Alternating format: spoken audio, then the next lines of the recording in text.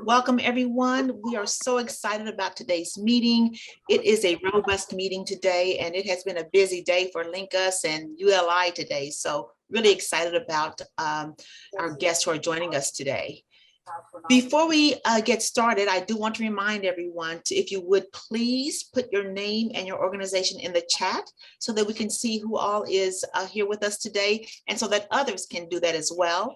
But we are going to go ahead and kick it off, and I am going to turn it over to our Director of Public Service, Director Jennifer Gallagher, who will kick us off and get us started today.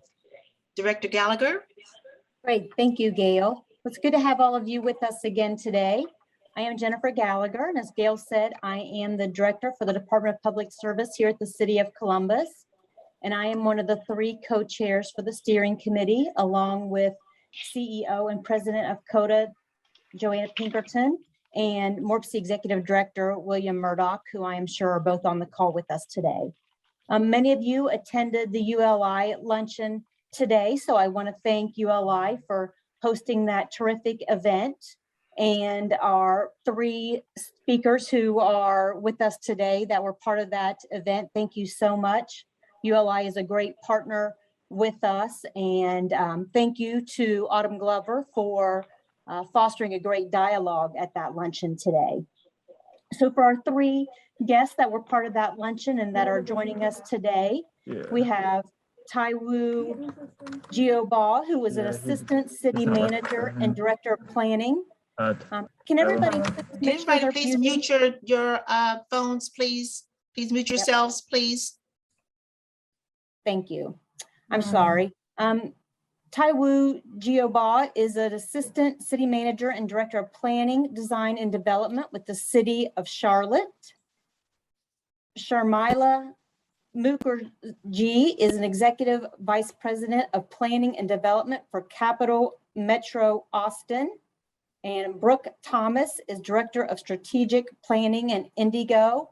And I was just with them with the mayor, and very great speakers, lots of information, great with sharing with us. So excited to hear more of what they have to say later in our presentation. But I just want to take a few minutes to thank each and every one of you on the steering committee for the time and passion that you've put in to LinkUS so far.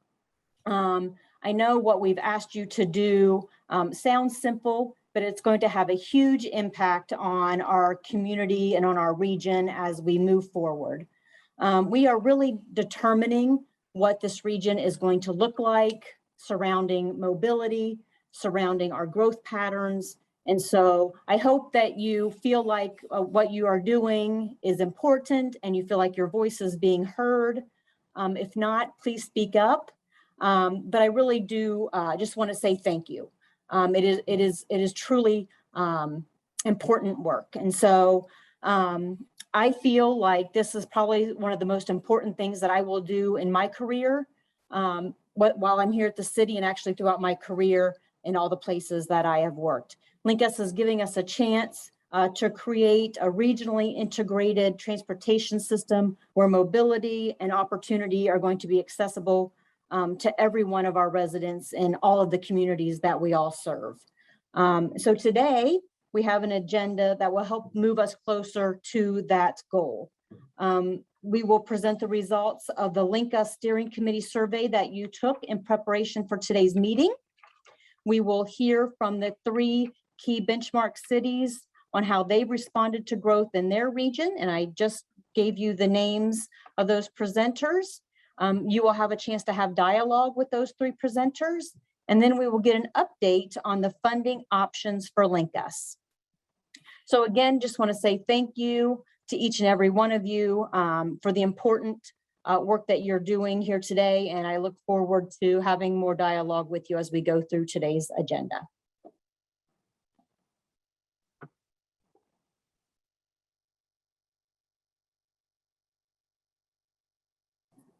You're on mute, Gail. Thank you so much. Director, and we are excited to hear from my guests. Before we do that, as you know, we have been asking our steering committee members to provide us with some feedback after each meeting, and we do brief surveys. And so I just want to walk through some of the findings that we received from our survey for this meeting. And our first question that we asked was, in addition to transit, high capacity, fixed route, on demand, etc., what priority networks are the most important to you in building the Linka system?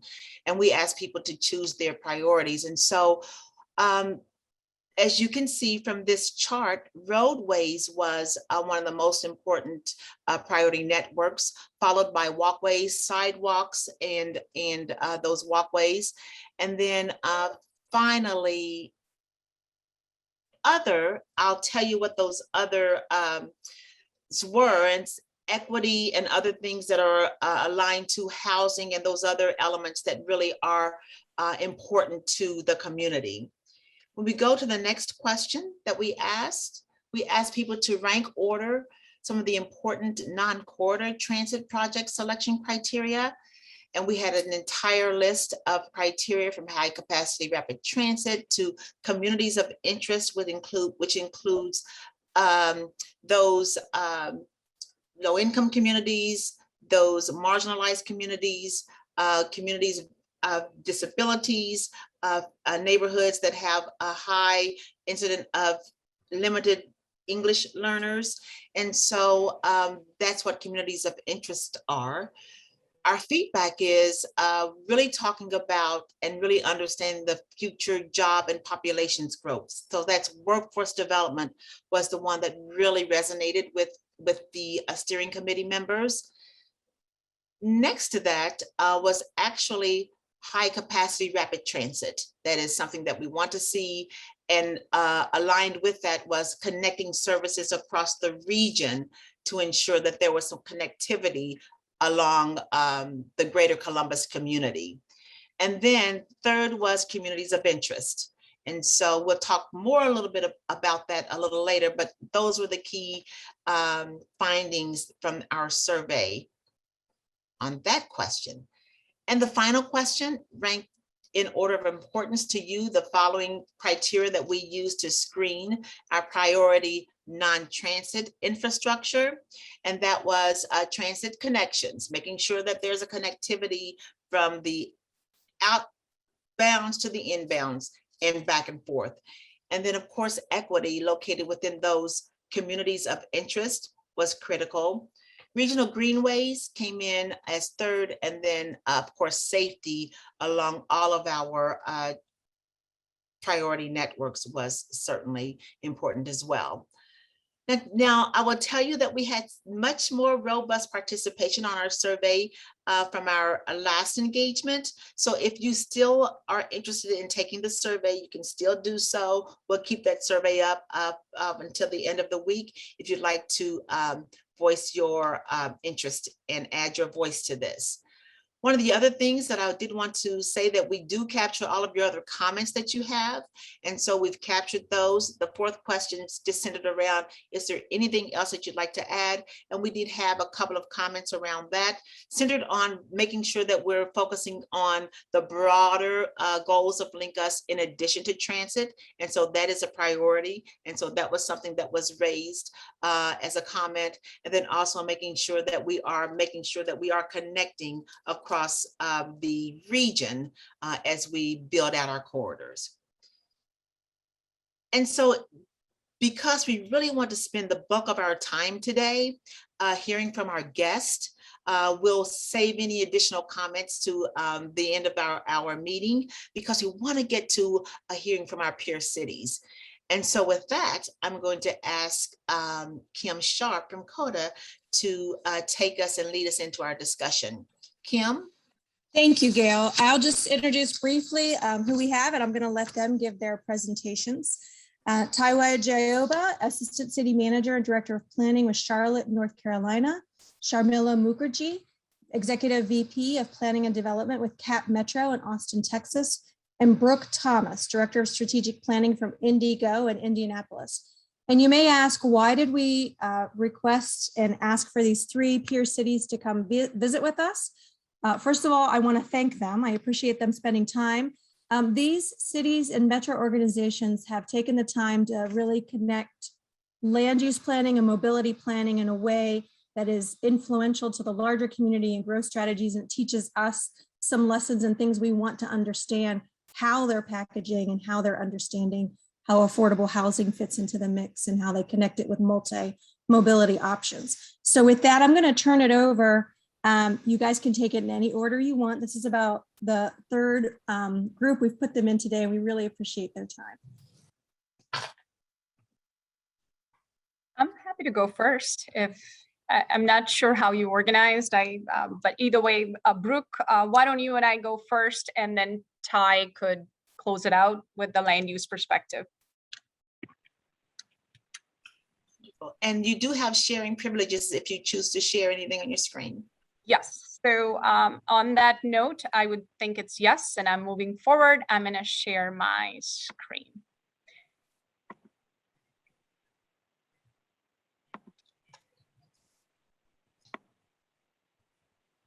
Just a second. It's a little slow, bear with me. Thank you very much for your patience.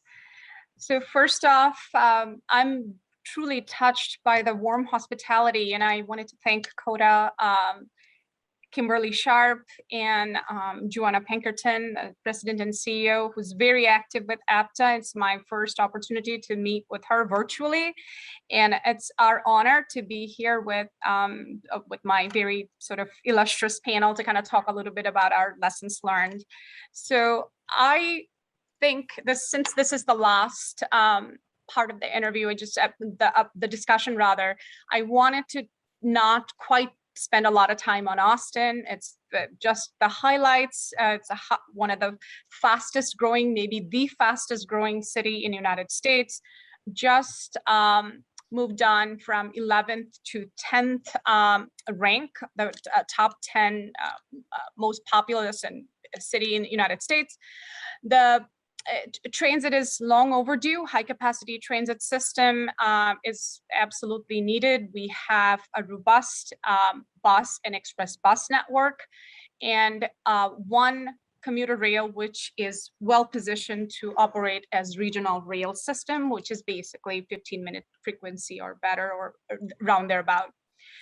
So what we did is, as we were in midst of COVID, approaching Project Connect to be voted on in Prop A as part of the referendum in November ballot, we really found ourselves in a unique position. On one hand, we needed to continue on providing service to our customers in the midst of COVID, keeping absolutely our focus on operational resources to essential trips.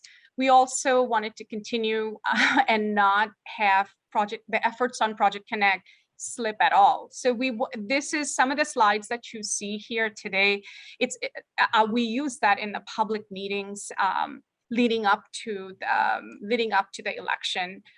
So we spoke in very simple terms. We talk about geometry of transit. We wanted to talk about how Austin doubled its population between 2000 and 2020 and projected to do so again in 2040. And what does that mean for the community? Austin's strategic mobility plan is one of the foundational pillars which Project Connect is based on, and it also offers us one of those strong legs that Project Connect stood on. Austin's strategic mobility plan and City of Austin did a phenomenal job, just as Columbus is partnering, CODA and City are so well partnered together, and it's very similar in what we've seen in Austin. The discussion around growth, how to accommodate that, how to trigger mode shift in a meaningful and strategic way, all of those kind of came together and played into the strategy to develop Project Connect and then put it in the referendum. So we talked about transitways. That's our key differentiator. We showed something very similar to that, and we showed like what single occupancy vehicle could do, what bus could do, and then what high capacity transit, truly transportation solution rail could do on the corridors that truly need that. And we wanted to have that distinction. Not every transit corridor is suitable for rail. So we didn't really allow a bus versus rail discussion to go any further.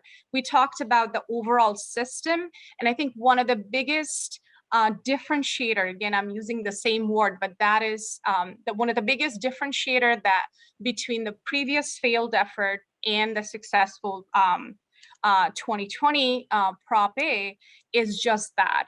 It's the transparency and simple speak, taking the technical lingo and boiling it down to bare basics, that these are the differences in transit ways. This is how many people it could move. If this corridor is suitable for rail, this is the option. If it's suitable for bus, then you connect to that rail. Here, again, I talked about that, explaining big concept in easy terms. We also talk about running way. It's a street level, it's elevated, underground, what's suitable, how do you go about reaching consensus around them or informed consent around them.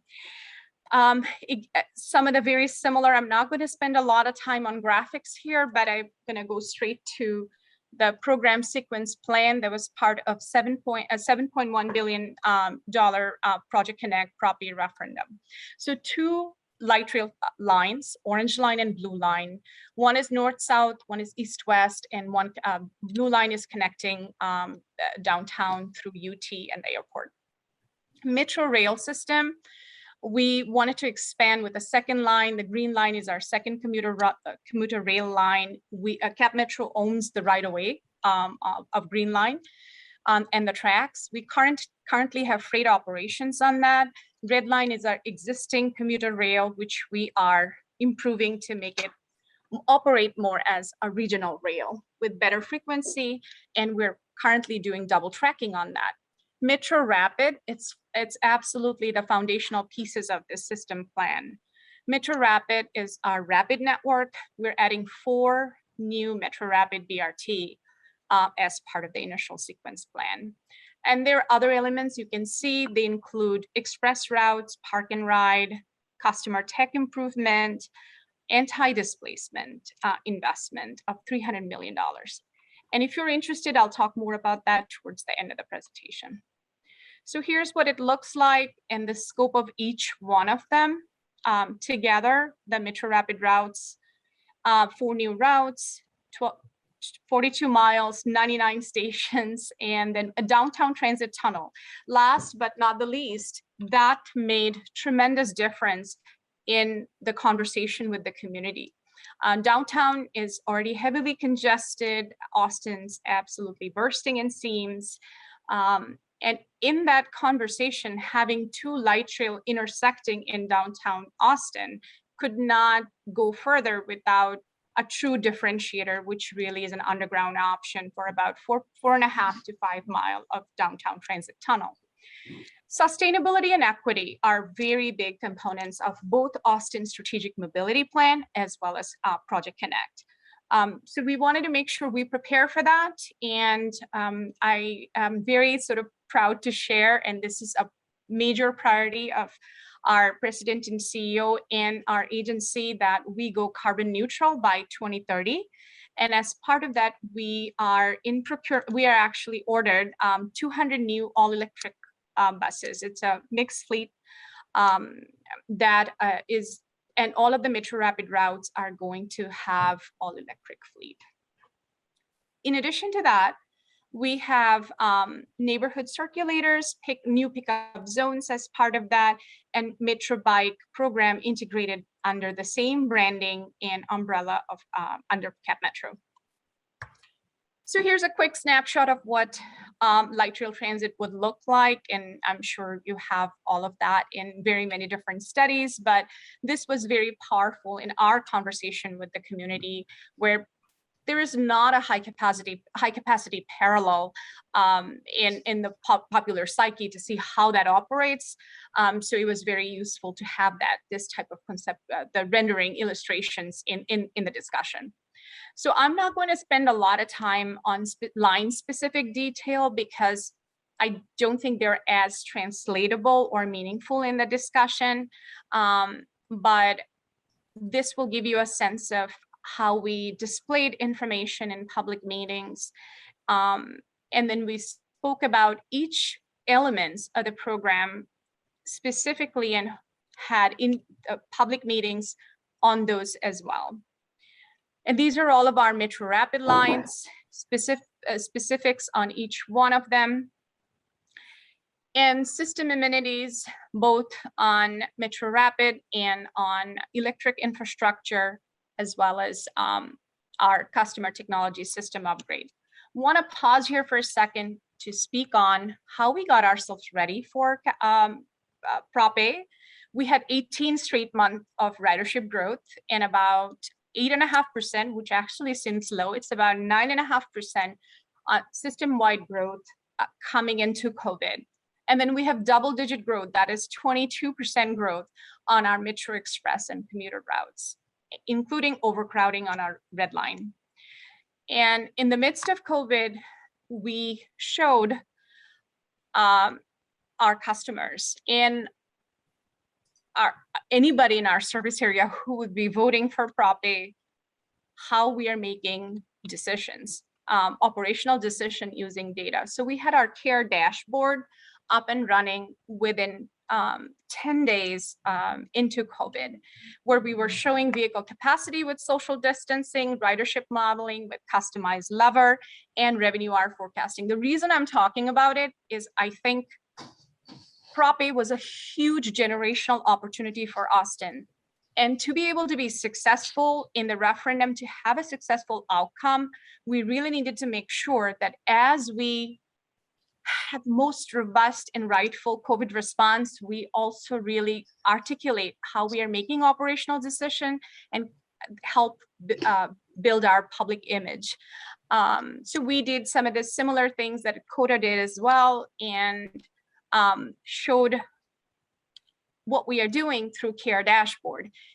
We learned later on, the reason I'm touching upon on this is that we learned that this was a very powerful tool, and this truly allowed our voters to understand how we are making decisions and have greater confidence, not just as customers in our system, but also as voters who voted for Prop A in favor of system expansion plan in the middle of COVID.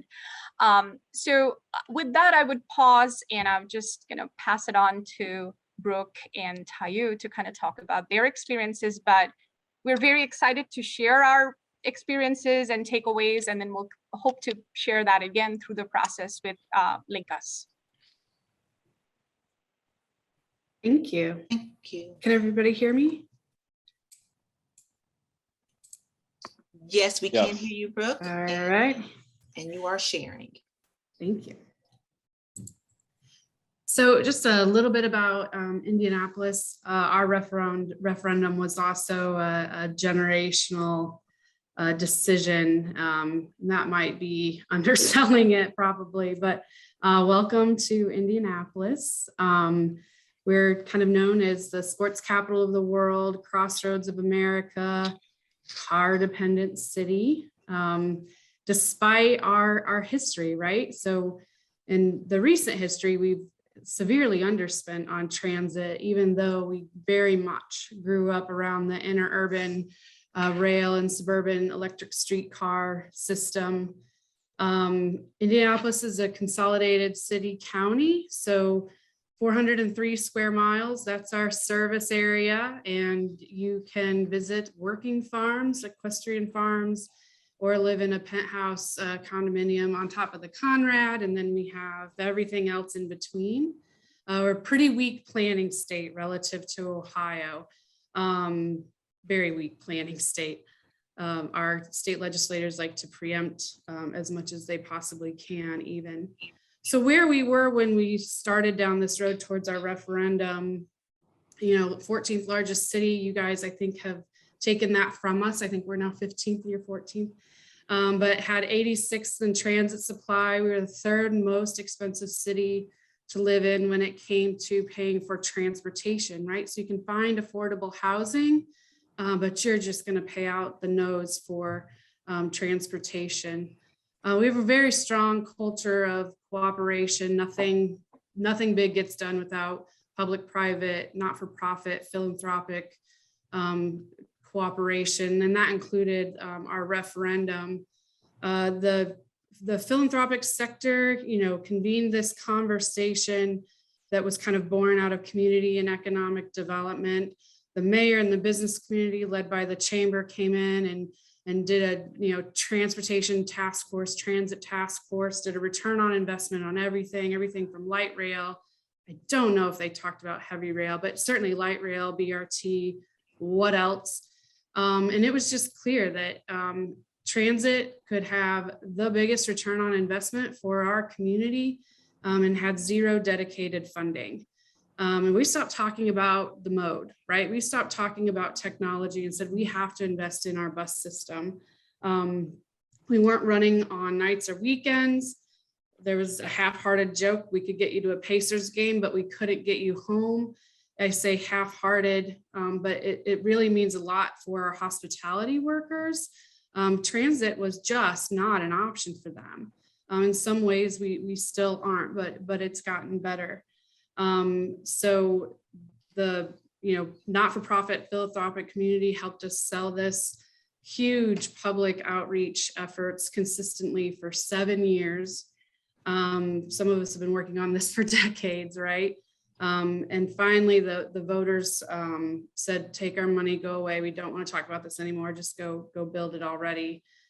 So the plan, what we were selling, if you will, was it's a three-legged stool. So the Marion County Transit Plan is every route, every day.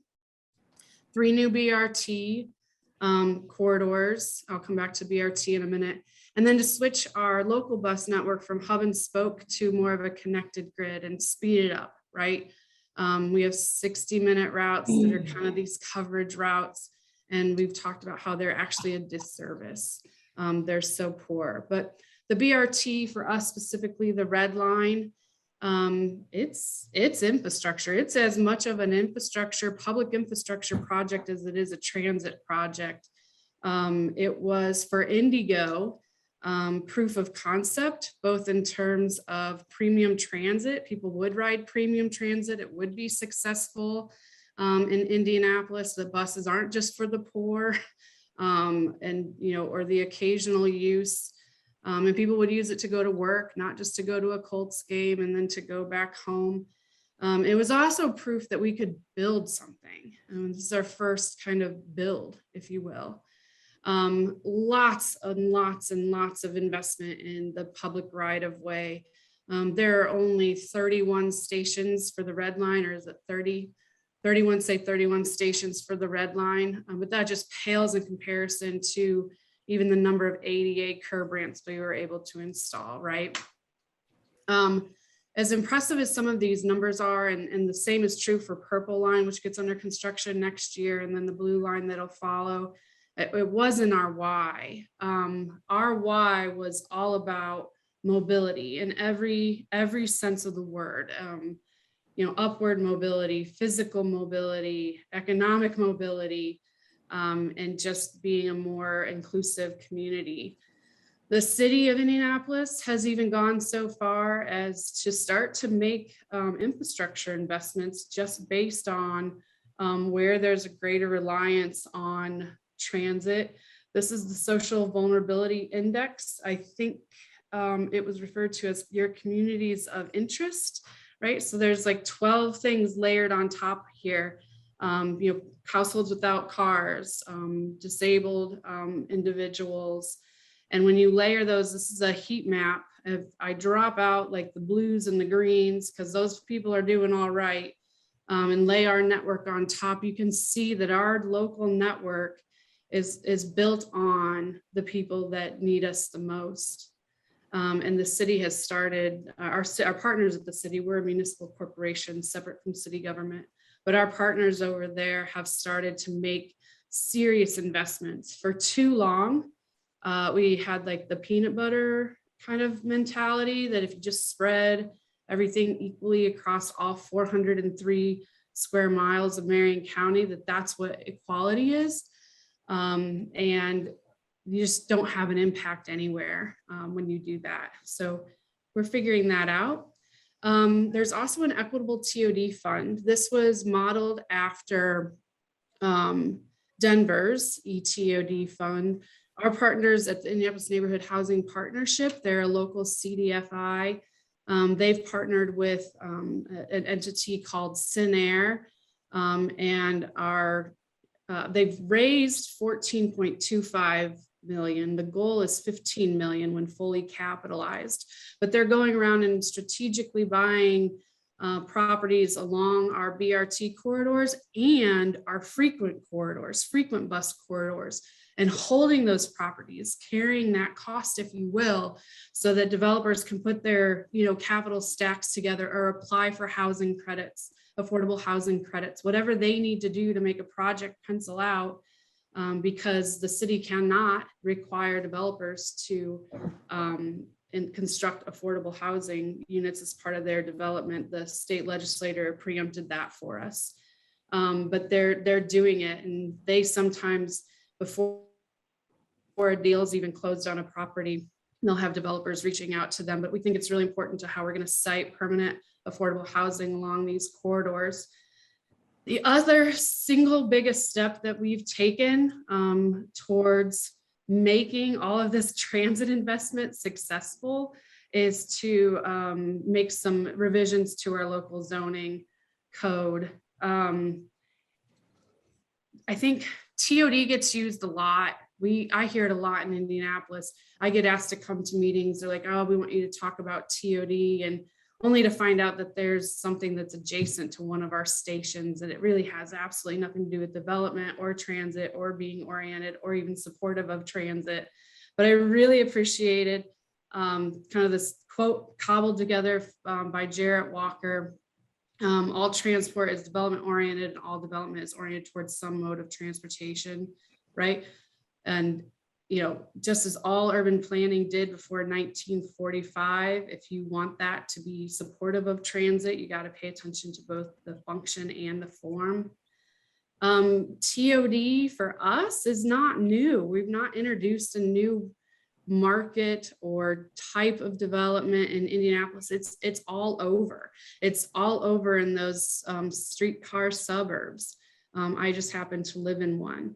We are not growing as fast as Austin. I don't know anywhere that is, right? But we have stable growth.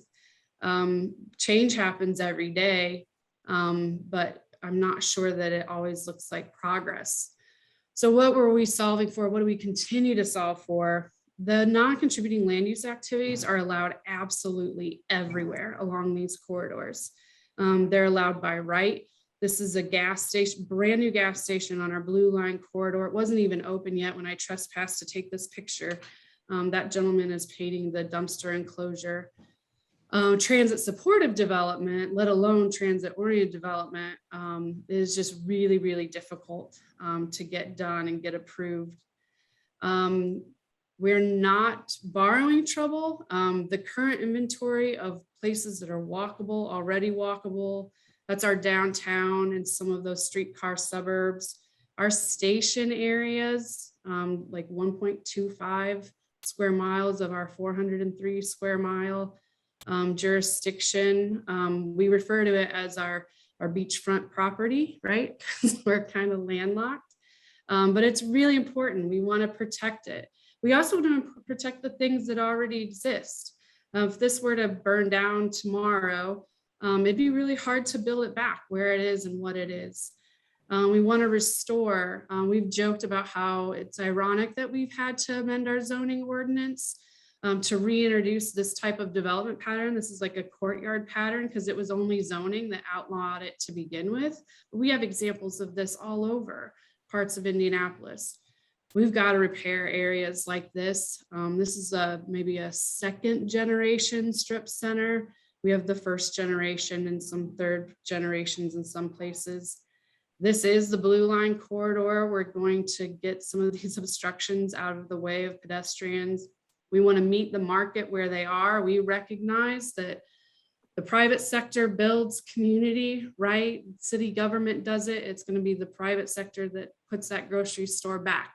or that bank back, right? It's not city government. We want to meet the market where they are, and we want to create value. And I'll end on this. I could not stress this enough. So this is our blue line. Some of the work that Urban 3 did for us, our value proposition. This is the same corridor at the bottom. We are most concerned with properties that are vacant or that are upside down, right? Where the land is worth more than the building on top of it, and like those one-story buildings. Where do we think change can happen? We think it's somewhere where that yellow dashed line is. If you get a chance to watch a video, and I can share this afterwards, Joe Minicozy did a ULI Indiana event for us. You can't see her, but this is Marion in the middle here. And he talked about how Marion's your average Marion County resident and just how much square footage of building and parking spaces and roadway is dedicated to her and how much that costs. And 50% of all of the households within a quarter mile of the blue line, that's not even a half mile, that's a quarter of a mile, have one or no cars. And yet they have like 2.5 parking spaces dedicated to them. And so much of the land along our blue line is just auto oriented. So with that, I will hand it over.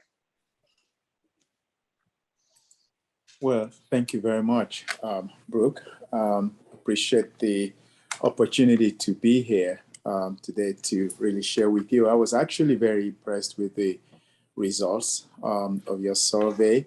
And I took some notes, and very comparable to a lot of the conversations around mobility that we've been having in Charlotte. And I'll not tell you that mobility is the way to go. There was a time everything was always just one mode of transit that we just want to put all our investment into.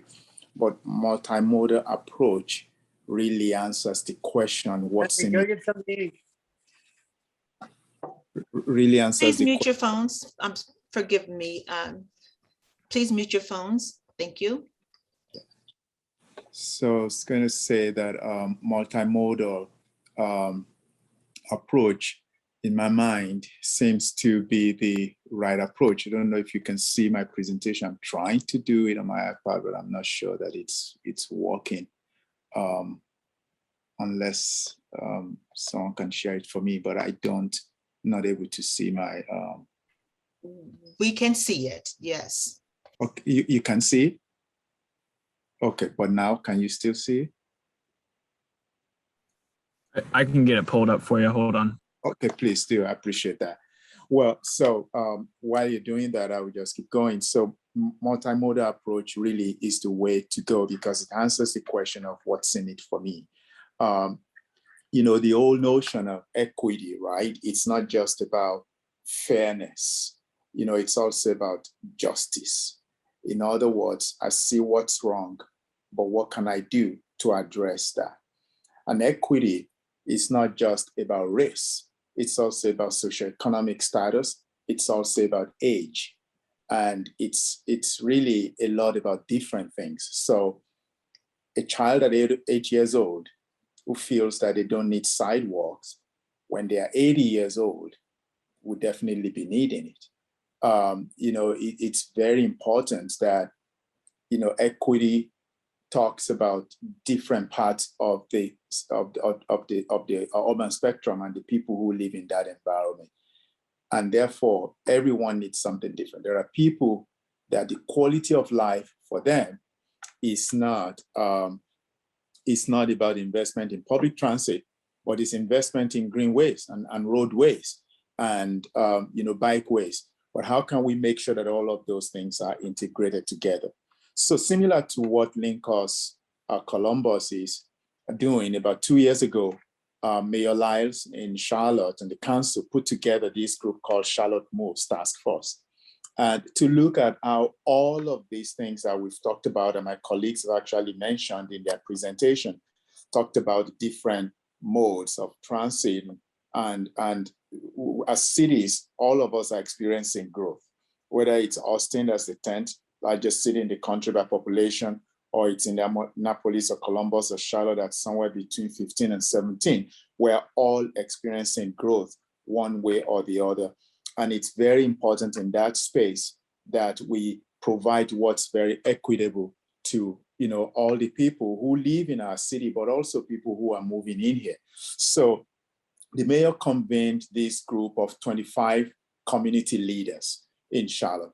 And that task force was headed by former Mayor Harvey Gantt, who was the very first African-American mayor for the city of Charlotte, to look at all of these things that we've done, all the plans that we've put together, whether they address walking, greenways, bikeways, roadways, or public transit, rail, buses, pull all of them together, and then assess how much is it going to cost to fund all of that over the next 20 years.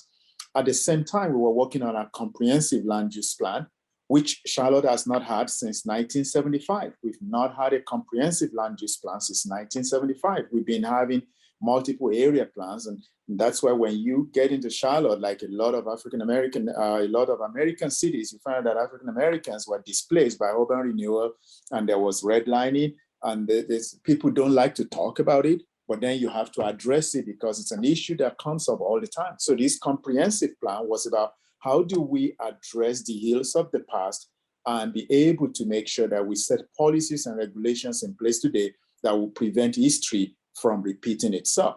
And so that comprehensive plan talked about equity, not just in terms of land use, but also in terms of mobility. How do we provide safe and equitable mobility options for everyone who lives in Charlotte, regardless of their race, regardless of their income? And it was so important because we had a vision statement and comprehensive plan, and the task force built on, vision statement, the task force built on that vision statement to say, we're going to pull all of these mobility efforts together to make sure there's something in it for everyone. But Charlotte had its moment of crisis. And one of those moments of crisis was trying to develop a Vision Zero and finding out that 100% of fatalities, serious fatalities on our streets, occur on just 10% of those street systems. And that's just essentially saying if we can invest in 10% of our street system, either by improving on the traffic signal system or by providing bus services on there, or maybe the way people cross or use bicycle, or maybe making sidewalks wider, we can actually address some of those fatalities and serious injuries that occur on these streets. That was a moment of crisis for us that really said we cannot be losing our people. Obviously, data speaks a lot, right? I think Brooks said it, in terms of generating numbers. When you look at the single occupant vehicles, the people who ride alone in Charlotte today is roughly 77% who drive alone. And majority of those people drive in from the suburb. Now, you can't control whether people choose to drive or take transport. You have to provide the options for them. And I know that Austin has something almost similar to ours, but they developed a strategic mobility plan that actually says that by 2040, I believe, they would like to bring their modal split to about 50% who drive single occupant vehicles rather than 70-some% that they have. We're working on our own right now, but that option was very important for us. Another thing was comparing ourselves with other cities, collegiate cities, I call them, like Minneapolis or Nashville or Austin, to realize that the burden of transportation and transit for us is just way high. And Charlotte has one of the highest in the country. How can we make sure the place that we call the Arc, that place that you see that is north of our uptown, the uptown of Charlotte, which you call downtown here, uptown is right in the middle of that map to the right side of the screen. And everything west and east and north of uptown is what we call the Arc or the Crescent. That's where most minority population lives. That's where you have the lowest life expectancy. It's also where you have the lowest income and pretty much a very terrible, access when it comes to investments and infrastructure. How can we make sure that people who live in that community are equitably treated when it comes to people who live south of uptown, where you have almost 80% white population, the highest income in the city, and obviously the most affluent population. So it's really about equity and access to different opportunities. And back in 2015, when Rachetti did a study of upward mobility, looking at 50 cities or metropolitan areas in the United States, Charlotte came dead last. And we looked at that. We were shocked initially, but then we decided we're going to embrace this and do something about it. And part of doing that thing about it is investment in mobility to get people to work, to get people closer to affordable housing, to get people to places where they can play and recreate. Next slide, please.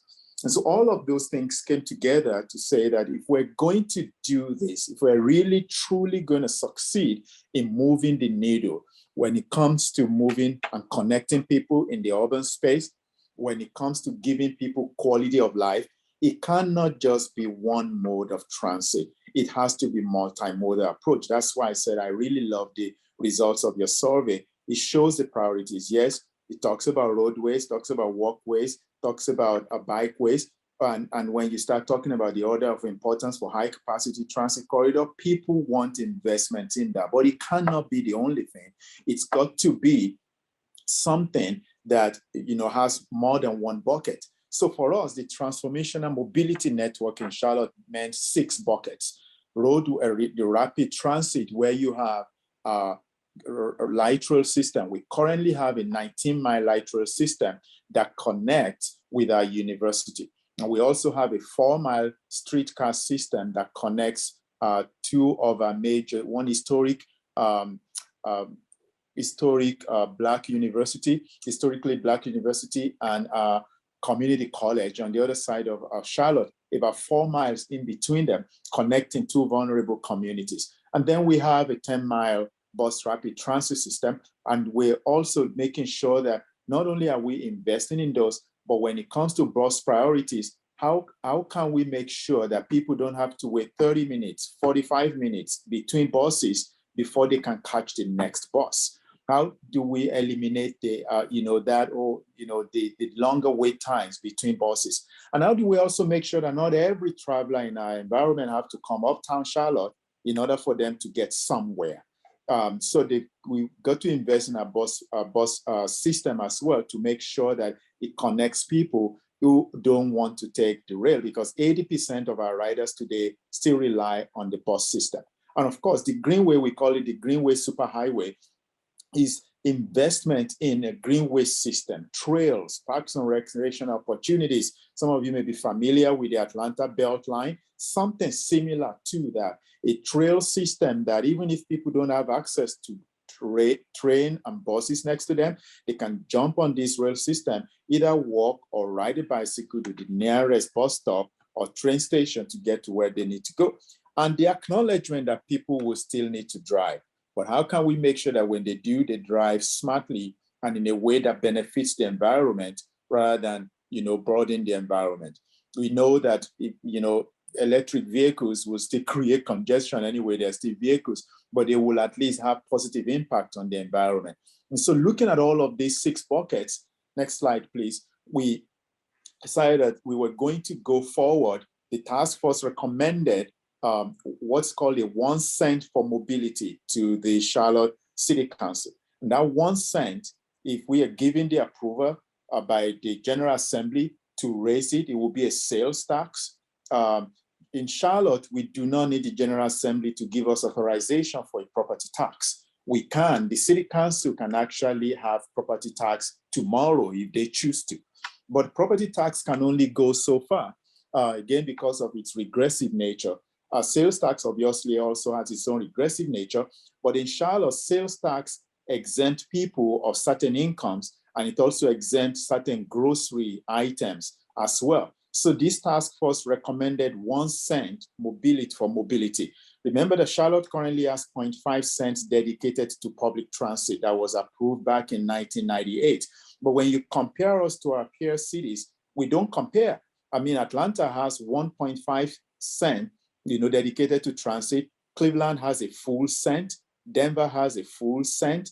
And all these other cities that we have to deal with, they have more than 0.5 that goes towards transit. So if we're going to be able to implement this mobility network of transit, greenways, roadway, bikeways, and sidewalks, we've got to increase the amount that's dedicated to transit. So the next 3 slides are just showing you the map. What you see on your left hand is the rail line. The 2 red lines speak to the commuter rail going to the north. The north part of Mecklenburg County in North Carolina is where you have majority Republican voters. And it's very important that when you talk to your Republican voters, it's not just about ridership, it's about economic development as well, because again, we live in a Republican controlled state. And unless they give us the authorization to have this 1 cent sales tax, we know we're not going anywhere. And then to the south is you see the extension of the blue line that will go to South Charlotte, that will extend to South Charlotte. And then east and west, you see the silver line in a silver color that will connect Union County all the way to Gaston County. Those surrounding counties are also Republican-led counties. Charlotte and Mecklenburg County is the Democratic, county, most Democratic county in the state outside of Raleigh-Durham. And so it was important to understand what the political realities were for us in designing these things, but also understand that we are the fastest growing city in the state, but also the 5th or 6th fastest growing city in the United States. And we cannot leave our transit or transportation future to chance. But we, as I said earlier on, that 80% of our riders today use the bus system. We had to also talk about overlaying that bus system, bus network, obviously on the rail network. So it's about bus rapids and transit systems, about improving frequency of services. And then a few months ago, we came to Columbus to see what you've done with your mobility hubs, and congratulations for that, as obviously being the first and only city in the United States to actually have that smart city grant, and you put it to good use. And so one of the things we learned from Columbus is, these mobility hubs, having mobility hubs in different parts of the city where you can actually have one-stop shop, so to speak, for scooters, for TNC, for taxi cabs, and for bus transit, for just all over the place to cover that first and last mile, connection for us. Next slide speaks to 2 other buckets, and that's, again, talking about pedestrian improvement. What you see on the map to the left shows you 3 areas that are light blue bubbles. Those are the 3 areas where we have the highest traffic congestion in Charlotte today. The one to the top, that's small, is the University City area. It continues to grow incredibly.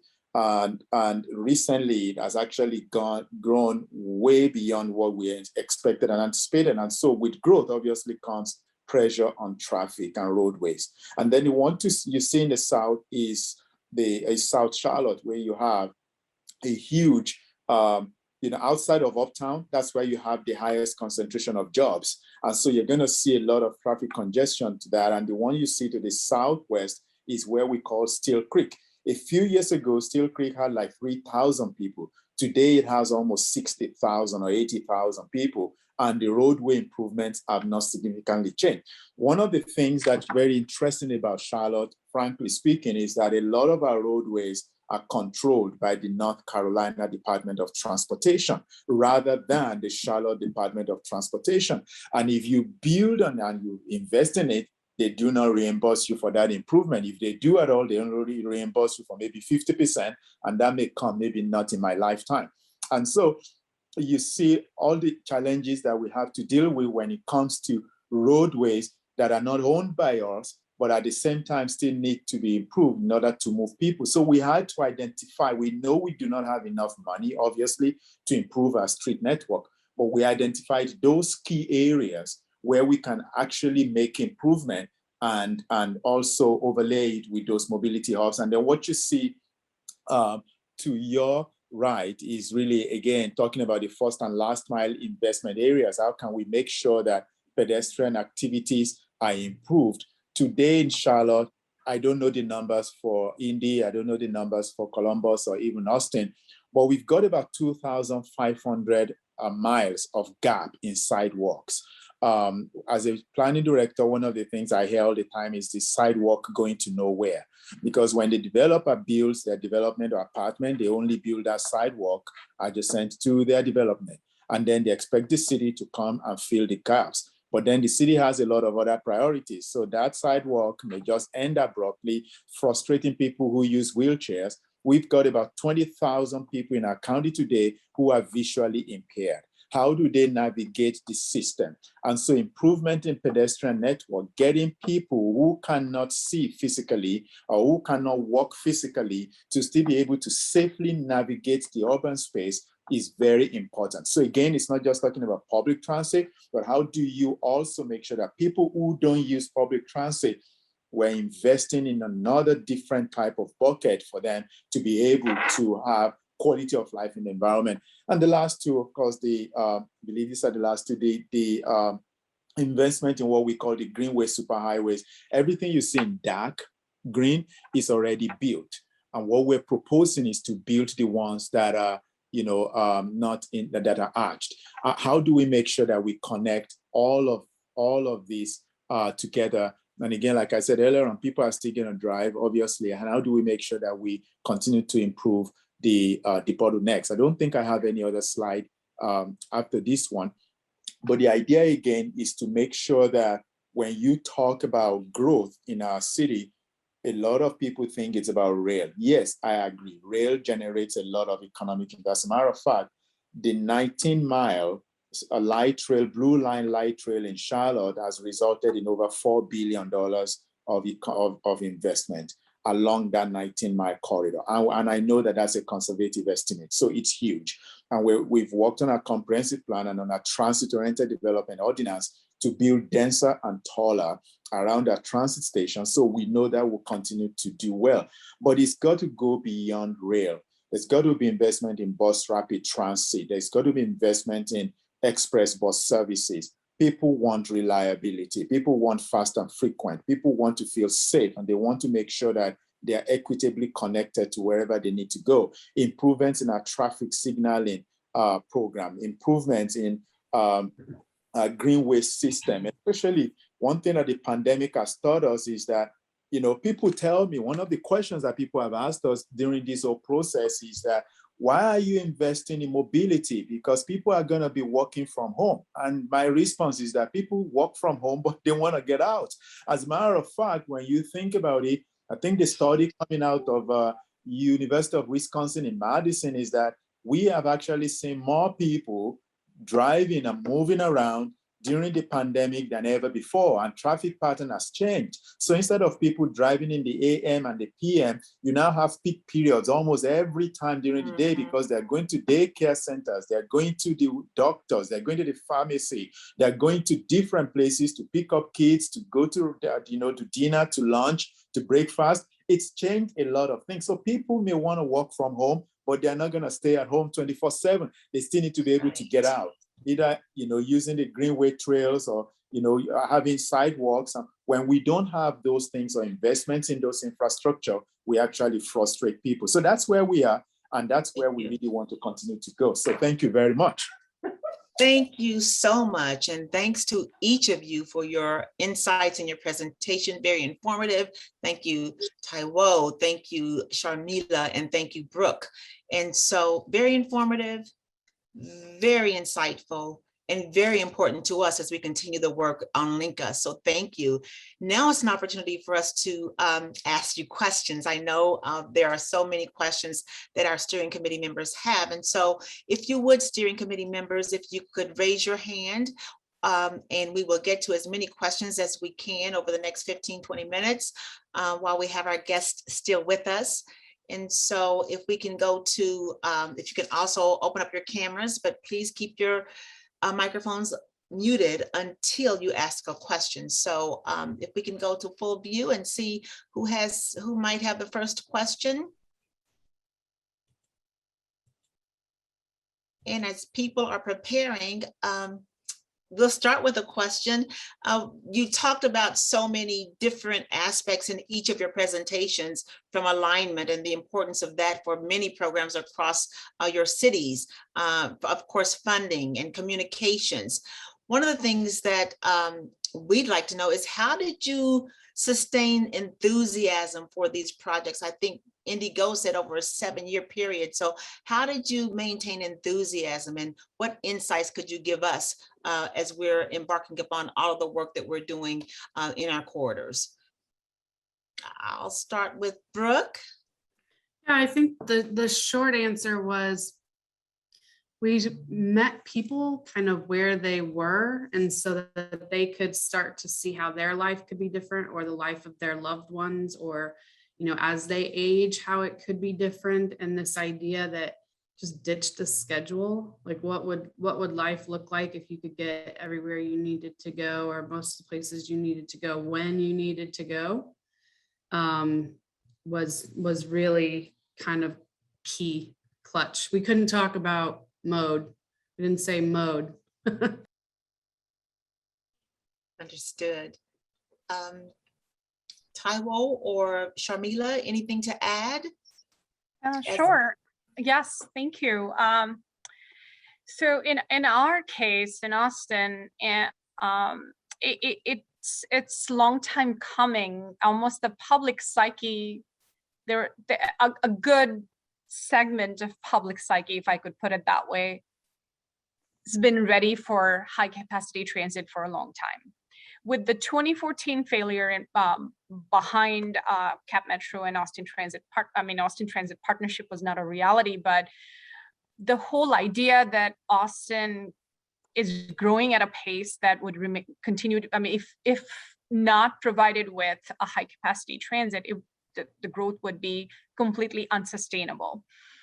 That understanding was in the background, but I think in our case, sometime in 2018, when our president CEO Randy Clark was hired, there was understanding amongst the decision makers that this is the time, this is where the emphasis needs to go. And the way I often phrase it, and I think that's sort of my way of understanding it, I've been with the agency for about 2 years now, is that a good plan was put together, but then our policy and purpose and politics sort of came together. And then we had a setback. That was COVID. And it was really, at that point, it became even vitally important to bring back the conversation back to where the long-term needs are, and not have public focus on short-term impacts on transit, that the ridership's going down nationwide. There are conversations about whether high-capacity transit is the right investment for our sort of constrained transportation dollars. So we brought those discussions home and kept it relevant and didn't try to deny any of that, and showed it with our dashboard, like, here we are, this is how we are using our current operational dollars, this is our integrated financial model, and this is how we plan to implement if this is approved. And I think it's the solid planning and solid financial planning, solid urban transportation planning, financial planning, and then support of the decision maker that all came together. And very fortunate to share that today. I also will say that you've got to recruit champions and ambassadors, and it cannot be limited to one agency. It's got to be all throughout. You got to recruit ambassadors and advocates and champions. That's one. And you got to frame it. Every single message, whether they are related or not, you got to find a way to sneak it in. The need for mobility, and that business as usual is going to cost us jobs. It's not good on the environment. And whether it's related or not, you got to just find a way to get it in there. And then thirdly, is what I've learned is leadership messaging, because leaders change, but the messaging should be consistent. And so we're not all going to be in our positions in a few years' time, but what exactly is the messaging that people are getting when leaders transition or change, pass the baton? I think that that's very, very important. Today, I joined the city 3 years ago, but I still had messaging that was developed for the 1998 sales tax referendum. And I still had to build on that because it kind of went through. One advantage we have, of course, in Charlotte is that the transit agency is also a department of the city. So it's not a separate agency. Not everybody can say that. And so you're able to let that stream of messaging be consistent even when leadership changes hands. Thank you so much. And we do have questions from our steering committee members. Kumi, I see your hand up, and Josh as well. I'm going to start with Kumi, and then Josh will come to you after that. So Kumi? Yeah, I would just love to learn more about each city's process for determining the level of investment and the capital required to for each of your different cities. I know that that's something we're going through now. Would love to understand the process. I can go first if that's okay. Yes. So for our system expansion plan, so let me just start by saying the Project Connect, or what Project Connect now is, probably a product of a process that started in sometime in 2018. But some of the corridors are, again, I mean, they are just like Tayu mentioned, that were the right corridors. They were lines on the map. But how funding was, we put in a lot of effort on understanding how financing is going to work. In our case, unlike Charlotte, we are two different departments. Transit agency is Capital Metro, and City of Austin are two different entities. And we realized that in order to have property tax be a funding source for us, we really truly need a governance structure that that really would be the right mechanism for not just getting local funding, but also a project delivery arm for light rail. That was the right solution for Austin. That may or may not be the right solution for other cities, but given our context, where we were, and the fact that we didn't have light rail's expertise in-house, Austin Transit Partnership was conceived at that time. We had an integrated financial model that was developed very early. I wouldn't say very early on, but at least at when we were at 10% design, and the operating and capital costs for each one of the corridors and the line projects were first reviewed, and then went through another set of consultant eyes, if you would, and then through a very strong financial consulting firm that's very experienced in municipal financing, came together and helped us put together that integrated financial model. That process, I mean, what often, the sausage making of that took a long time. I would say probably one of the most complicated or the second most complicated aspects of this entire Project Connect delivery leading up to Prop A. And the capital and operating cost fundamentals were reviewed. They went into an integrated financial model. We took into account and had an anticipated share of what small starts dollars we could go for, and same went for the new starts for the light rail projects. And with that, the assessment and kind of findings of that then were independently vetted individually and collectively with a city council, our board members, in executive session and in open session. So I hope that answers your question. A lot more went into it, but the process was very comprehensive. Ours was similar. We also have a financial model, lots of projections, lots of assumptions, right? With the information we had at the time. Now we're being challenged by many of those assumptions.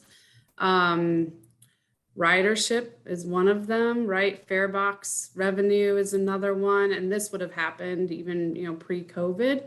COVID's just exacerbated it. So it really, a comprehensive of financial model. I think what I'll add is, we have our dedicated funding in terms of our income tax allocation, and then all of the other funding sources. And we take into consider how confident, like our level of confidence with all of those revenue sources. Some of them feel really strong, like you can count on it, not changing. And then other ones maybe less confident in.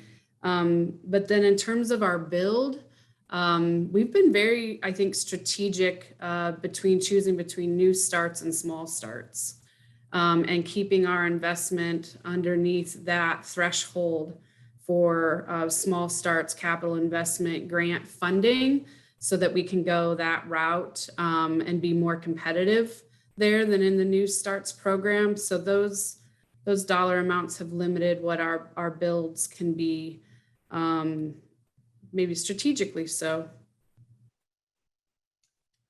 The quick other piece on that is our model was built out for 40 years, so way beyond our initial program sequence plan. We also took into account the not only our sales tax revenue patterns, but not just historic patterns, but the projection based on our growth.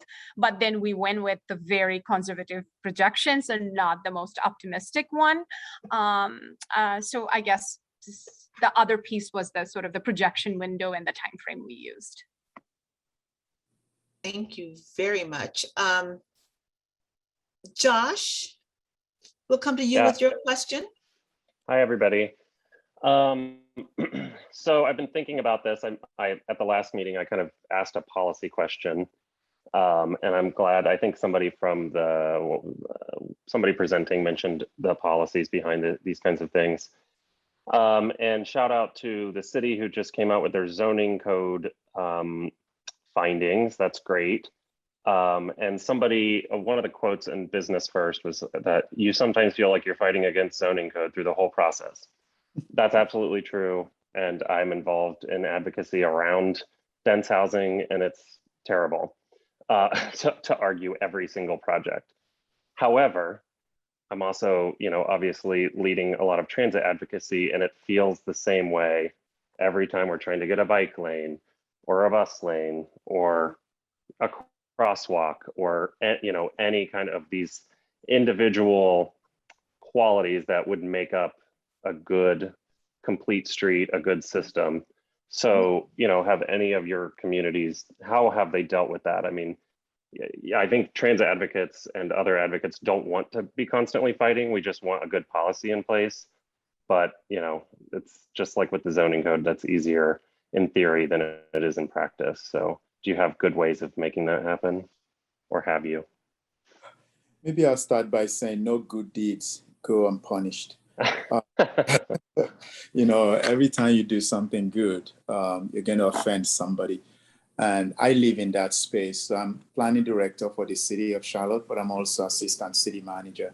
And so in my role as assistant city manager, I oversee the public transit group, as well as the Department of Transportation.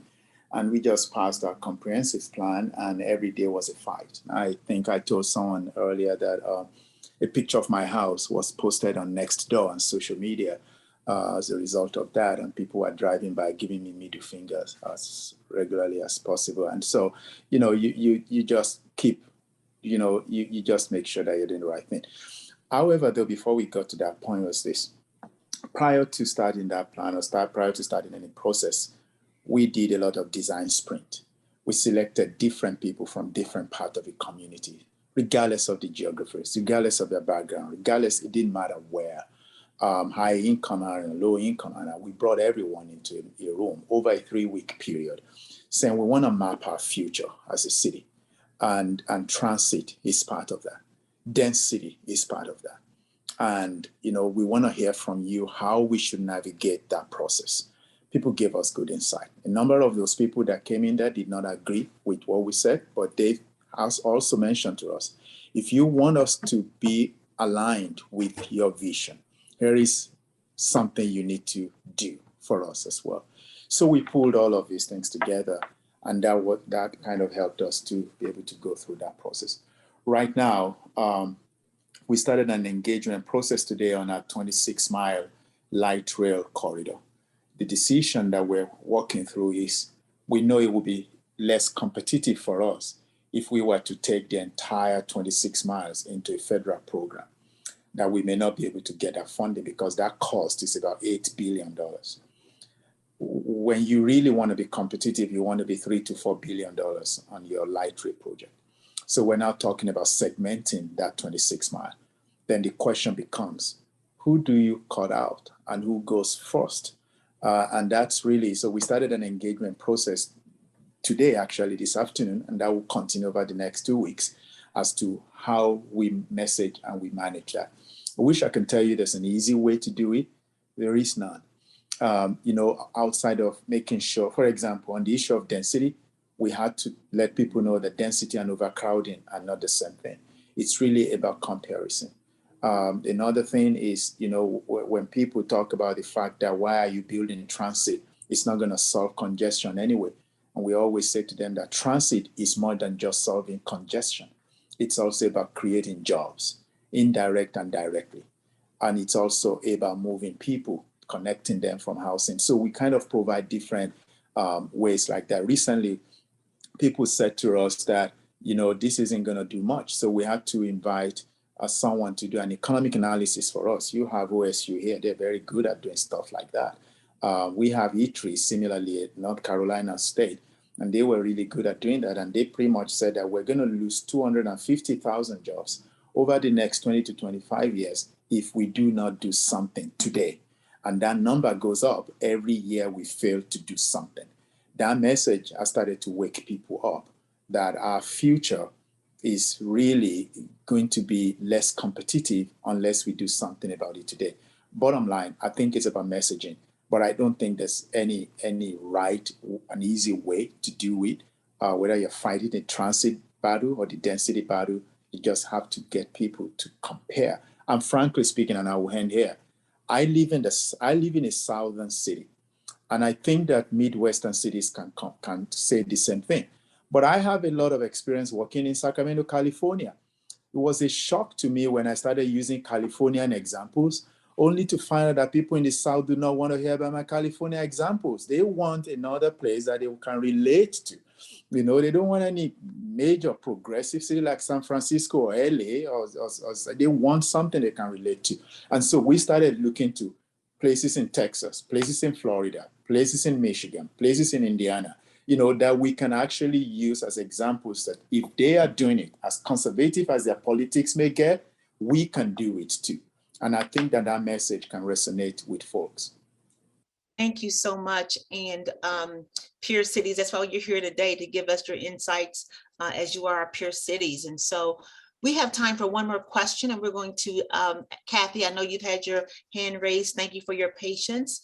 We'll take one more question, and then we'll go to the rest of our presentation. If we have time afterwards, we'll get to other questions as well. So Kathy, if you can ask your question. Sure, and thank you to the three of you for being here. This has been incredibly helpful and insightful. I'm the representative here from the Ohio Sierra Club, so my question revolves around sustainability. I'm working with the city on its climate action plan, and transit or transportation is the one sector in our city where emissions are rising. And so we're looking to LinkUS as a major help in getting a hold of transportation emissions. So my question for you all is, are you working with your city offices of sustainability? Are you counting emissions? Are you counting how much your transit upgrades will help lower emissions? What is your relationship to sustainability? Thank you. Awesome question. I'll go first. We have a very ambitious plan to be more sustainable and energy efficient. So it's twofold. Yes to all of your questions. We are measuring all of our energy consumption, our waste. We have a very comprehensive sustainability, energy and technology plan. With that, I would say our broader goal is to be carbon neutral by 2030. And the measures that each of the performance measures relate differently to our current operations and Project Connect. We also have this goal to be carbon neutral by 2030. It goes beyond Cap Metro. It's the same goal for Austin Transit Partnership. So Project Connect, which is our delivery arm, would really then take the metrics that we have for ACT, as we are calling it. They would have it on the program level, and that will trickle down to design and the vehicle selection, all the way down to how we source energy. We currently have a very ambitious, and I would say which also we believe would be a good template for us moving forward, is a great energy partnership with Austin Energy. And in all of those discussions are evolving as we are procuring 200 new electric buses and making very significant towards that carbon neutral future. So this probably will take up half hour of our time if I start to go through each one of the measure and how they relate to.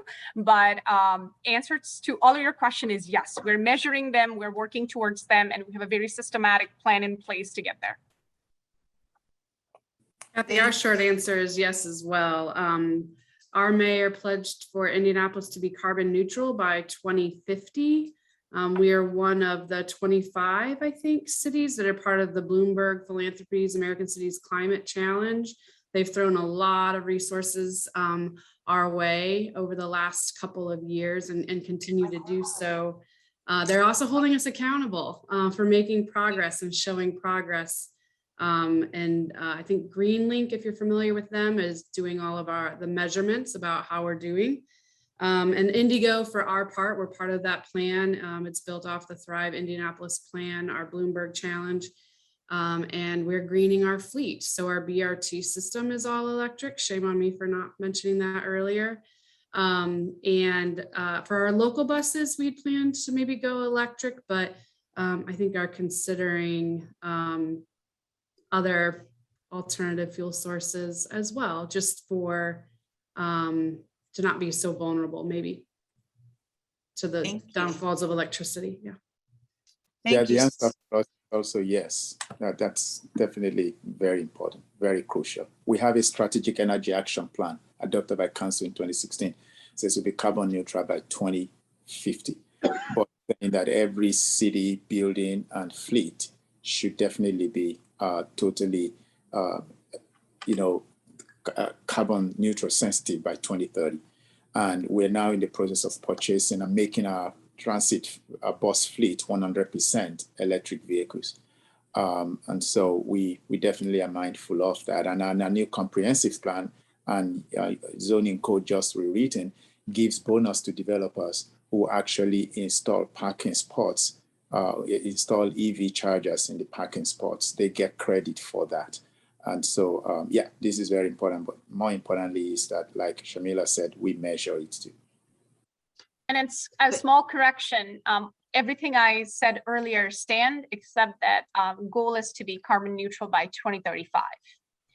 Because Project Connect initial investment sequence plan, it takes us through 2030, and then we have some fleet transition that will take place, and our projected time frame is 2035.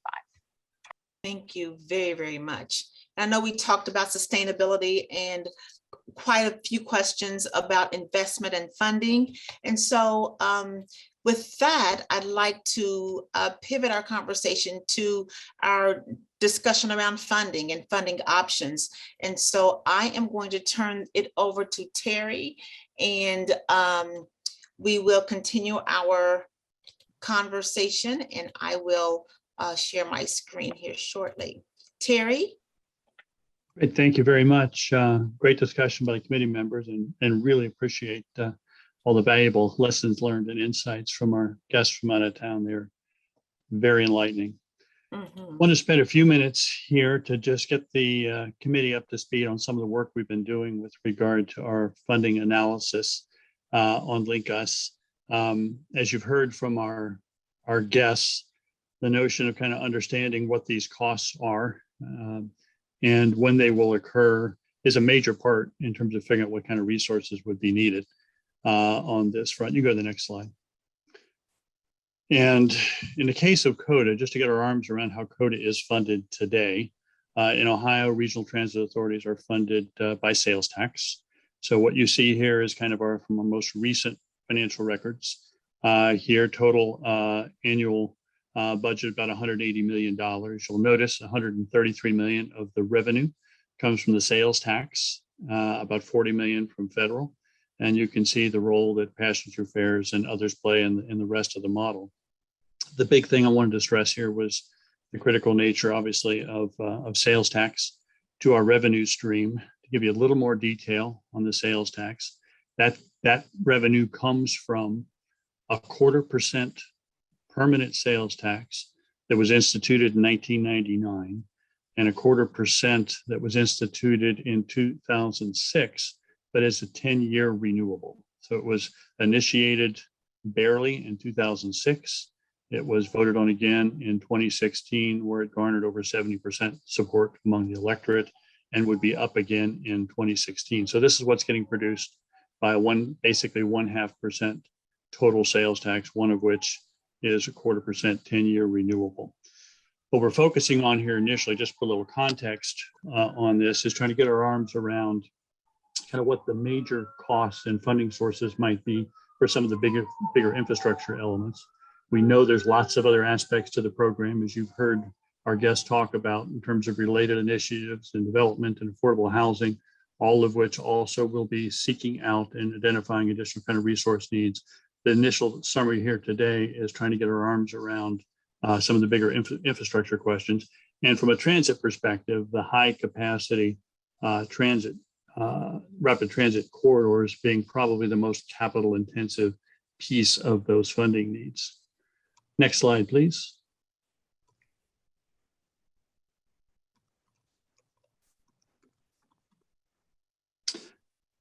I want to give you some sense of kind of what the allowable or the capacity for sales tax rates for regional transit authorities in the state of Ohio. Under state law, regional transit authorities are allowed to levy sales tax up to 1.5% minus the amount of county sales tax, which is a separate authorization, not an RTA authorization, that exceeds 1%. So what you see here is all of the counties in which a piece of COTA is located. Obviously, Franklin County is entirely COTA, and then the other counties have relatively small pieces, but you can see their current sales tax rates. The most limiting one there would be Licking County at 1.5%.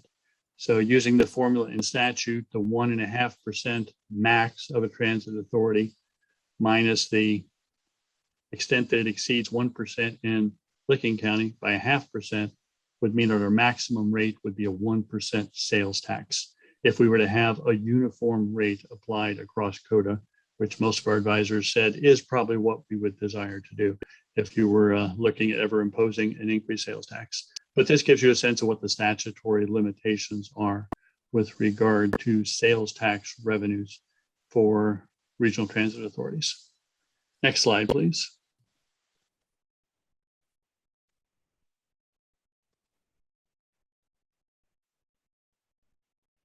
I think I am frozen. There we go. There's also obviously been ongoing analysis undertaken with regard to the other modes and mobility options that we've been looking at on transit and greenways, pedestrian, bicycle, roadways. Obviously for the non-transit elements, including transit elements, there's a whole series of kind of local governmental legitimate and appropriate uses for revenues along those lines.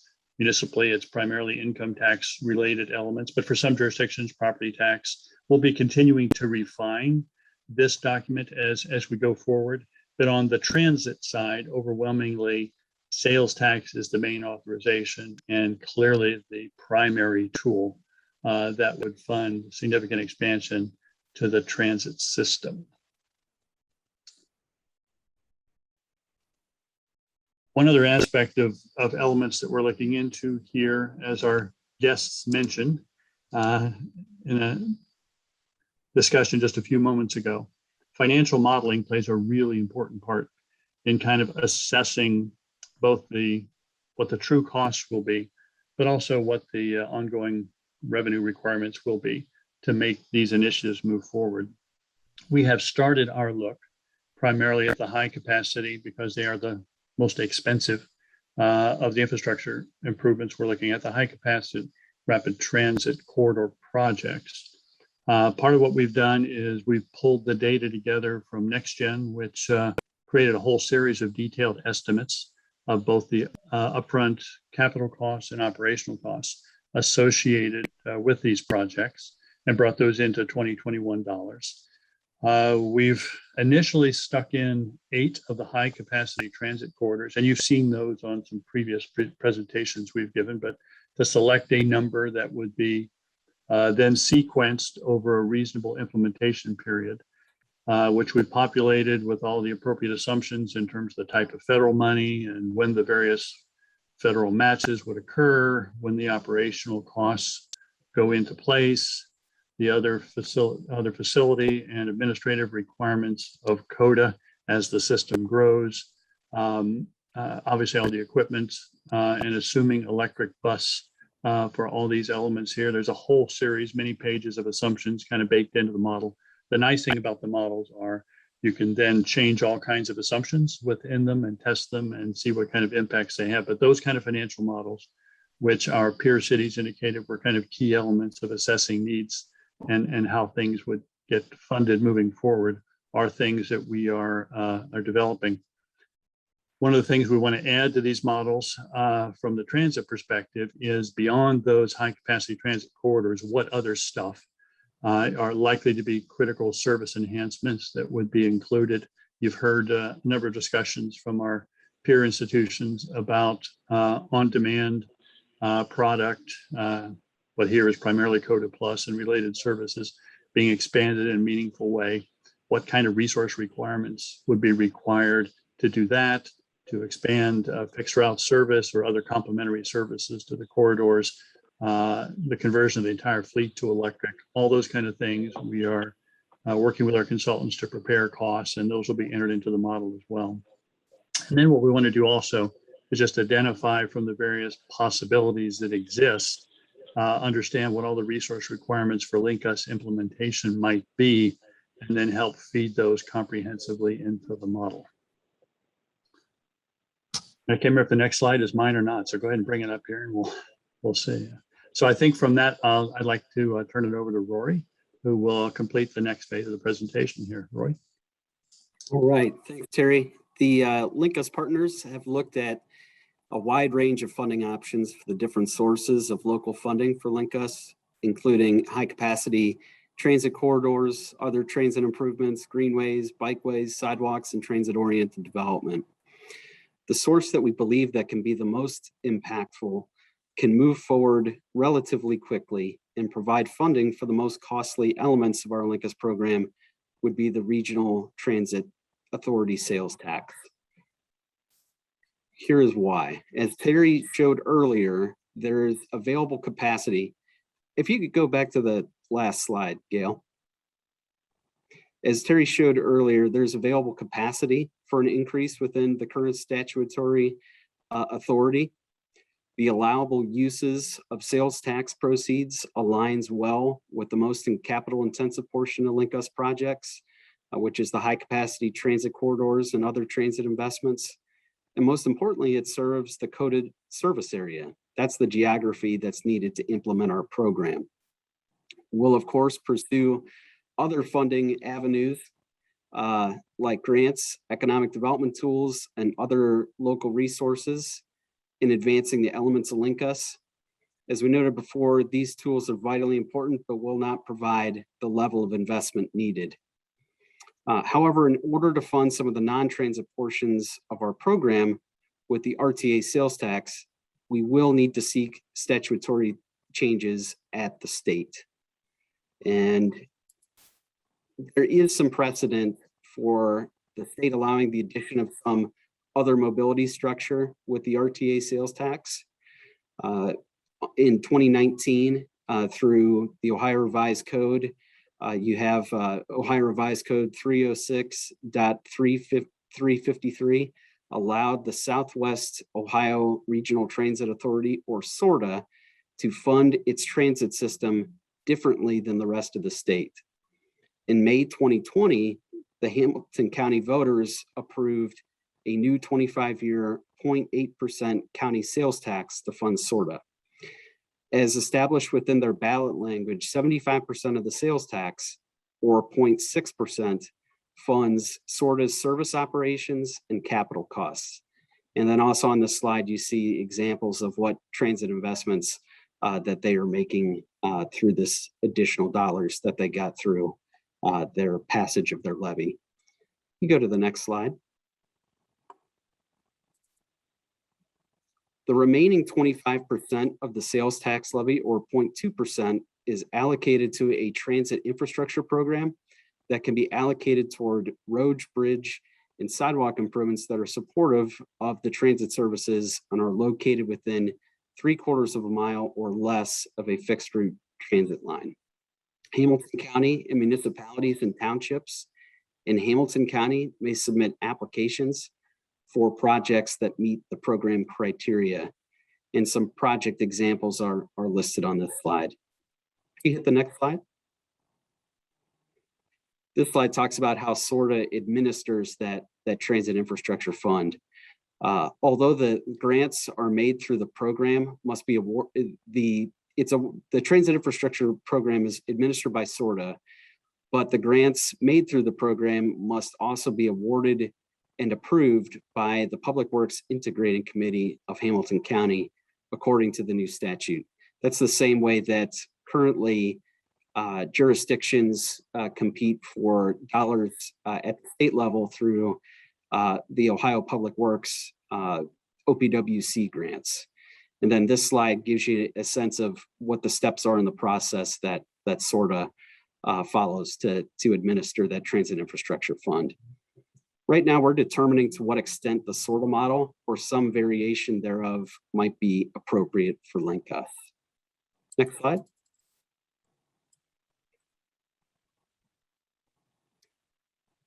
And lastly, we'll still need to make some difficult choices, though, even with if there's a change to the transit sales tax.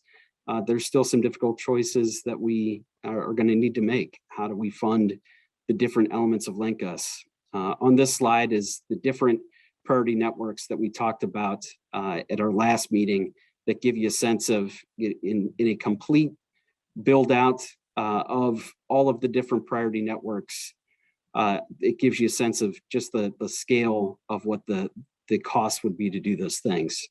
Just keep in mind that this is the maximum level of build out, and this does not consider to what extent existing capital budgets, grants, and other tools may cover program costs. But it is clear that based on the current funding we have, it's not going to be able to do the program that we want. To help prioritize our investments, we're working, actually, if you could hit the next slide. To help prioritize investments, we're working on key outcomes that we want LinkUS to achieve based on our 6 LinkUS priorities of equity, economic development, workforce advancement, affordability, innovation, and sustainability. And we'll be sharing these key outcomes with the steering committee for your consideration after today's meeting. And next slide.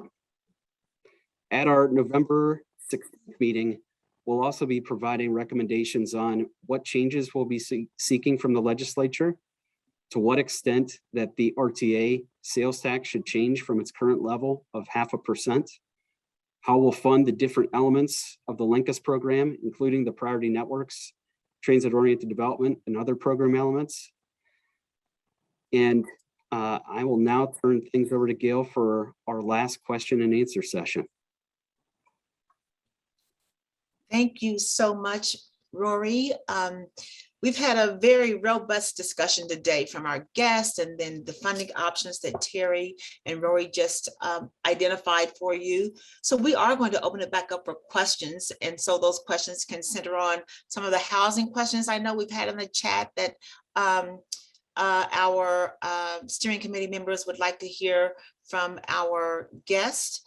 And then, of course, if there are any additional funding questions, we certainly will be willing to take those as well. So housing, I'll start with Kathy. I know you had a question, and so did others, in understanding how affordable housing requirement limits in Indy and other cities. How did you address those? We'll start with you, Brooke, and then any other of our members of our guests, Taiwo or Sharmila, if you have any other insights in terms of housing and those other elements that you brought to bear into your efforts. Brooke? Yeah, I didn't know if I could ask Matt to maybe clarify the requirement limits portion. Yeah, you had shared that the city of Indianapolis can't require developers to build affordable housing, and that's a state legislative mandate. We have that capability here, but I'd be really curious to hear your just the story of that or lessons learned from that, and how you get around it, I guess. Right. So the state legislator preempted, they like to preempt local government a lot. And inclusionary zoning or requiring a certain percentage of a for-profit development be developed with X number of affordable units was one of them. It was one of four punch against affordable housing. The war on the poor and people of color is alive and well in Indiana. I can say that. And so how we're getting around it is we're partnering with local entities, right, to buy and hold land to shoulder some of that carrying cost for private developers. But we have private developers that are coming to the table and offering to do it. We are allowing more things by right in the zoning ordinance so that not everything gets opened up to that public review and scrutiny process, and outlawing some of the non-contributing auto-oriented stuff along BRT corridors. And then the city of Indianapolis has, I think I mentioned, or I hope I mentioned, inclusive incentives. So their home dollars, right? And some of the other money that they invest in the community with CDBG grant dollars and the like. They've raised the bar on what it means to apply for those dollars in a particular community, and other incentives, private development incentives. If you want the city to put some skin in the game or make some pay to build the parking because you can't afford to, or whatever the case may be, they've got to come back with some kind of community benefit to the tune of 5% of their estimated savings from a tax abatement specifically. So whether that's building bus infrastructure, bus stop infrastructure, upgrading to a shelter, or building sidewalks and connectivity, all the things that developers have not wanted to do. They've not wanted to build sidewalks to nowhere. And now we're saying, well, guess what? If you want this incentive, please do. Thank you. Any So- insights? Yes. Yeah, in North Carolina, we do not have mandatory inclusionary housing either. We are not able to require a developer to provide whether 100% housing for affordable or dedicate any. However, we do incentivize. So it's more of a carrot situation. And one of those things that we have been looking at right now is if you are a developer providing anything between 60 and 30% of the area median income housing, we will reimburse your fees. So, and we will also expedite your process to go through the permitting or rezoning phase. So we've heard from developers that time is money. So if you can shave off 3 months from the process, that'll be good. Recently, consolidated zoning code will actually allow more by right development than rezoning. And we think that by going that route, we might be able to offer developers even more incentives. But what we are getting and hearing though is that while we can secure a lot of affordable housing units for rent, what's more importantly is home ownership, especially to Black and Brown communities, is how can we do the same thing on for sale properties? So we're partnering with nonprofit organizations like Habitat for Humanity, utilizing city or county or schools district owned land to work with them. And we are pre-zoning some of these lands because they are publicly owned. We're pre-zoning them so that we can take on the battle ourselves rather than the developer doing that. So those are the types of things that we're doing in order to be able to incentivize for sale housing. And I'll tell you that I forgot the name of the organization and the website, but I probably will remember before we're done.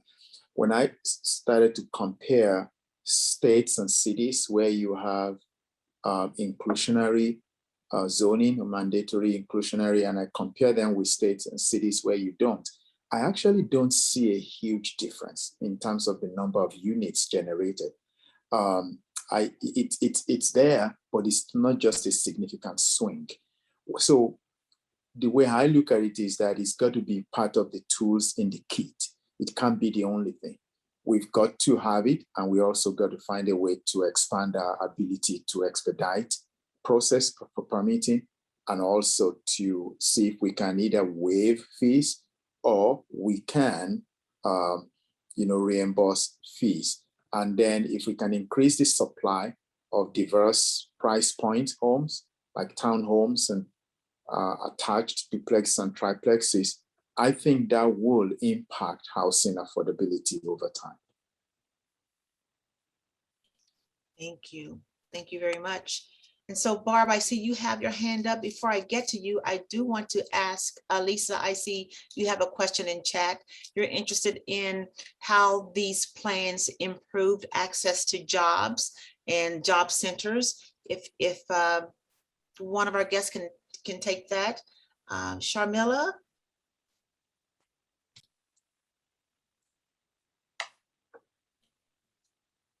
Or Brooke or Taiwo, any insights on how the work you're doing in your cities is improving access to job centers or workforce opportunities? That's very important, actually critical. One of the things that I had mentioned earlier on was, for us, transit was about maintaining our competitive edge. And the way to maintain your competitive edge is to continue to be that city that attracts jobs.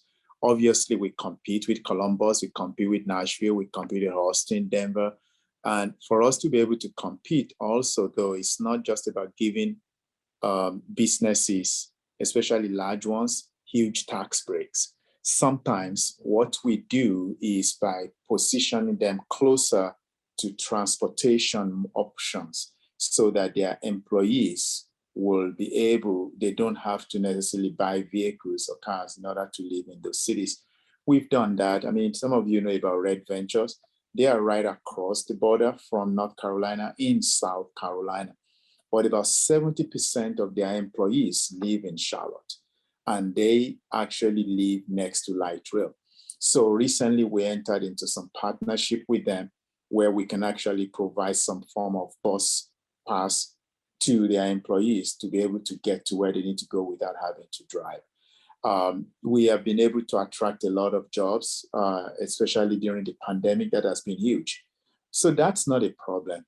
What I think, though, is the issue is what kind of jobs are we attracting, and what kind of jobs with wages that can actually help upward mobility of Black and brown people. That's very important. If you attract 1,000 jobs, but majority of it are only paying $7.50 or $9 and not even helping people to be able to afford housing, then that's a conversation that should seriously be had with that business. And so it's very important as we have this conversation that it's not the quantity of jobs, but the jobs that can actually impact individual lives. So in the comprehensive plan, we've called for the creation of regional activity centers in 2 communities that are mostly vulnerable in Charlotte. But also, we have also called that 50% of public dollars over the next 20 years be directed into those communities, because private dollars will likely follow public investment. And so we believe that by doing that, we're laying the groundwork for attracting the types of jobs and businesses that can actually be located in those communities and offer them what we call family sustaining wages. That's more than your, minimum wage. That's something that can sustain a family. And so we need to lay the groundwork for that. So when people say, oh, we attracted 10,000 jobs, my question is always, how much is it paying? And it's very important that in that conversation, that's really where, so that's why the comprehensive plan has actually talked about family sustaining wages, but also dedicating areas in those communities of color land, creation of regional activity centers that could lay the groundwork for attracting those types of jobs? Admittedly, my head is all over the place. I don't need to focus on how to address this question. But yes, the family sustaining wages, in order to even be eligible for some of those inclusive incentives that I talked about, it has to be jobs, right, that are bringing family sustainable wages. Not all jobs are created equal, and we're done pretending like they are, right? The other thing, and this is maybe the land use planner in me, is that all too often it's transit's fault if we don't go somewhere. There are employers that will look for a place to locate or relocate in Marion County, and transit is an afterthought, if ever, right? And so it's not until they've invested all this money and that they're like, wait a minute, our employees need to come by bus. And it's like, well, now we have to go to you, right? So it's want to get at the table more. And we've been working with our chamber, Develop Indy specifically, to say, can we be part of those siting conversations? We recognize that real estate is a full contact sport and not for public consumption always, but can we have those conversations about you maybe locating on a transit line? So that's kind of for big employers. And then the other thing was like small employers, especially as we have such a big hospitality and service industry. We're trying to use technology to gain some insights that we just can't through our own ridership data. For example, Visit Indy has geofenced a number of key locations, right, to try to sift through who are visitors and who are residents. So those are some destinations. And then other information that we're using is cell phone data, before COVID, during COVID, whatever this first post-COVID period is, to figure out where people, originating from and going to, one, to make sure we don't introduce 3-seat rides for folks that maybe have a 1-seat ride under this hub and spoke as we go to a connected grid, but also then to see like, what are the crosstown trips that our network just doesn't serve very well, because we have strong job centers like our central business district and some of the other places, but there are jobs throughout Marion County.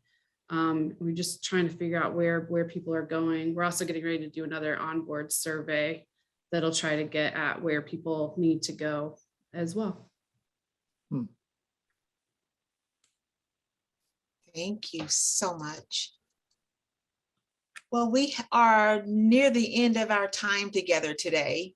And so before I turn it over to Director Gallagher, if there's one last question, I know Barb, we can take your question later, or is that something you'd like to ask now? Thank you. Terry and I are going to handle it offline. It was some technical questions about municipal financing. All good. Thank you. Okay, wonderful, wonderful. Well, this has been so rich, and we are so grateful for your time today. If you have any other questions, steering committee member, just shoot them our way and we'll get them to our guests, and hopefully you'll be willing to respond to them for us. So with that, I'm going to turn it over to Director Gallagher, who will close us out today. Director Gallagher.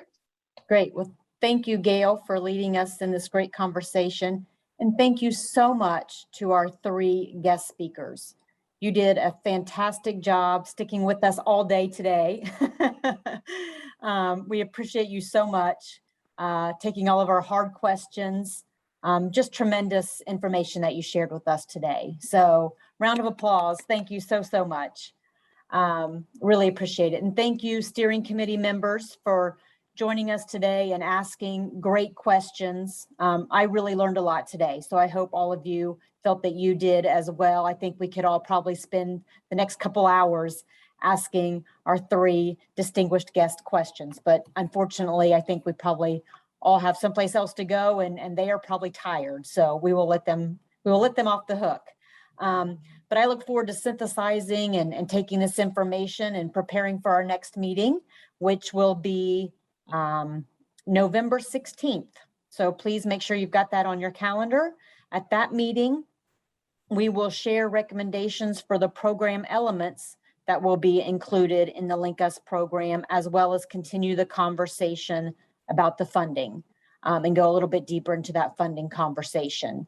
And then in early December, we will have the draft playbook for review for all of you. So a lot going on. You will be seeing a lot of information coming from us over the next several months. And then, of course, as we've been saying, hopefully a final draft of that, a final report in early 2022. So still a lot of work ahead of us, but we're moving quickly now. So again, thank you to all of you. Really appreciate it. And I hope you have a great evening. And with that, we are adjourned.